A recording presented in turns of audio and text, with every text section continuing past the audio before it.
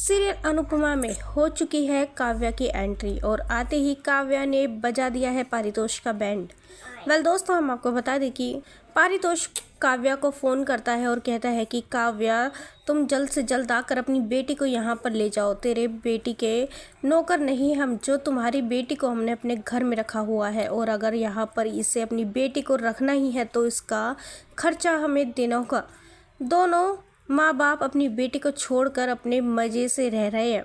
बेटी की तो परवाह नहीं है और हम हैं कि जो तुम्हारी बेटी को संभाल कर रख रहे हैं, जबकि ये तो हमारे घर का खून भी नहीं है। फिर भी इतना सुनते ही काव्या आती है और सीधा पारितोष के मुंह पर थप्पड़ लगा देती है और कहती है कि क्या बोल रहे थे तुम पारितोष मेरी बेटी के बारे में? क्या तुम मेरी बेटी का खर्चा लोगे? मुझसे बोलो तुम्हें कितने पैसे चाहिए, क्योंकि तुम्हें तो अब पैसों से प्यार है।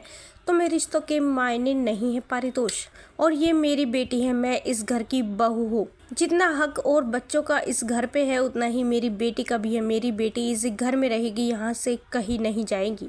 तभी पारितोष कहता है तो अपनी बेटी को अगर इस घर में रखना है तो अच्छी तरह से समझा दो कि बाहर आशा भवन में रहने वाले लोगों से ना मिले।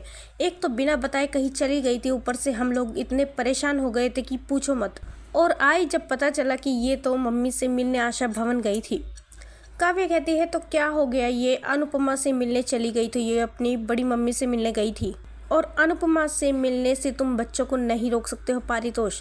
घर के लोग होंगे तुम्हारे हाथ की कठपुतली, लेकिन हम नहीं हैं।